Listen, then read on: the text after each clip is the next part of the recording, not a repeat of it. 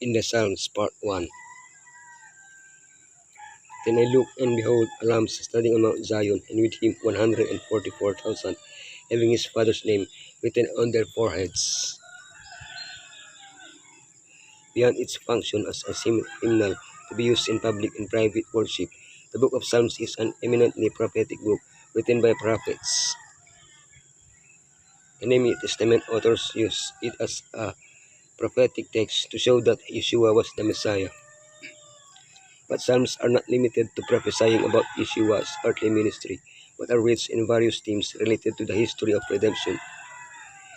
Psalm 122, the heavenly sanctuary. Psalm 15 and 24, the holy mountain. Psalm 119, the name of Elohim. Psalm 5, the redeemed. Psalm 51, the proclamation of the gospel. The celestial sanctuary. I rejoice with those who said to me, let us go to the house of the Lord. By studying the details of Israel's sanctuary and temple, we see how Elohim related to his people and how he taught the plan of redemption. By moving the ark, David centralized divine worship in Jerusalem. That was where the house of Elohim was located. Psalm 122 prophetically points to the gathering of the redeemed to the new Jerusalem to worship at the real heavenly sanctuary. Revelation offers several visions of this heavenly sanctuary, from which the courtyard, which represents the earth, is excluded. The lampstand, golden altar, the ark. Examining Psalm 122, we can also appreciate other themes closely linked to the message of Revelation: praise, judgment, peace, security. Messiah, our great high priest, is a minister of the sanctuary and of the true tabernacle, which the Lord pitched and not men. The prophet was permitted to behold the first apartment of the sanctuary in heaven, and he saw there the 7 lamps of fire and the golden altar, represented by the golden candlestick, and the altar of incense in the sanctuary on earth. Here he beheld the ark of his testament, represented by the sacred chest constructed by Moses to contain the law of Elohim. Moses made the earthly sanctuary according to the passion that he had seen. Paul declares that the tabernacle and all the vessels of the ministry, when completed, were the patterns of things in the heavens. And John says that he saw the sanctuary in heaven, that sanctuary in which Yeshua ministers in our behalf, is the great original of which the sanctuary we built by Moses was a copy. The holy mountain. Lord, who may dwell in your sacred tent, who may live on your holy mountain. Mount Zion occupied part of the city of Jerusalem, and by extension was used to name the hill where the temple was built, originally called Mount Moriah. It also called the Holy Mountain, as it is a symbol of Elohim's throne.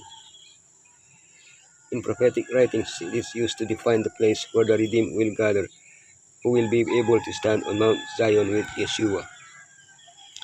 Psalms 115 and 24 define the characteristics of those who are worthy to be there. He who walks uprightly does righteousness and does not lie. He who does not slander does no harm to his neighbor, nor does he allow evil to be spoken of.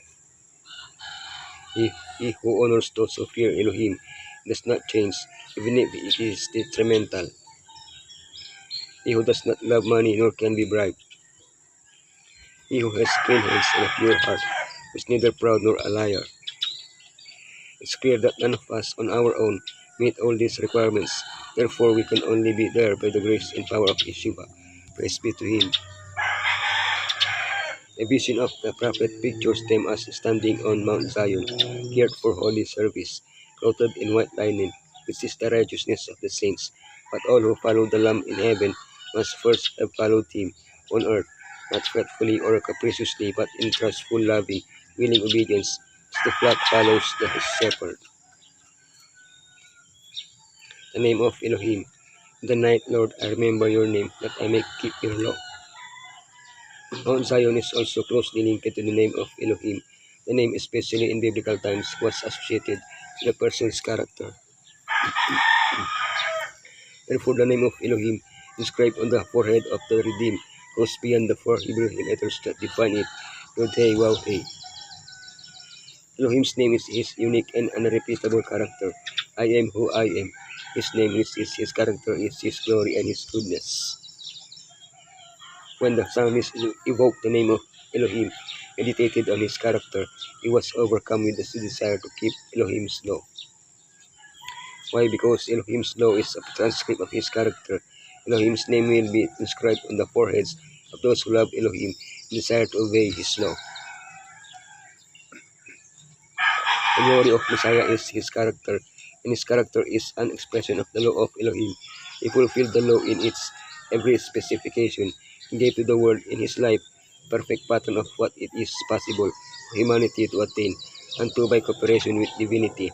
In his humanity, Messiah was dependent upon the Father, even as humanity is now dependent upon Elohim for divine power in attaining unto perfection of character.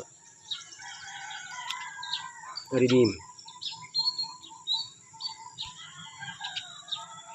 Psalm 5 draws a sharp contrast between those who accept Elohim and those who reject him.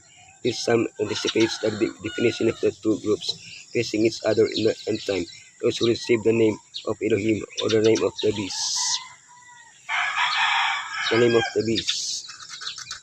They shall not dwell with Elohim. They worship the beast. They are liars. They will be punished. They blaspheme against Elohim. The name of Elohim.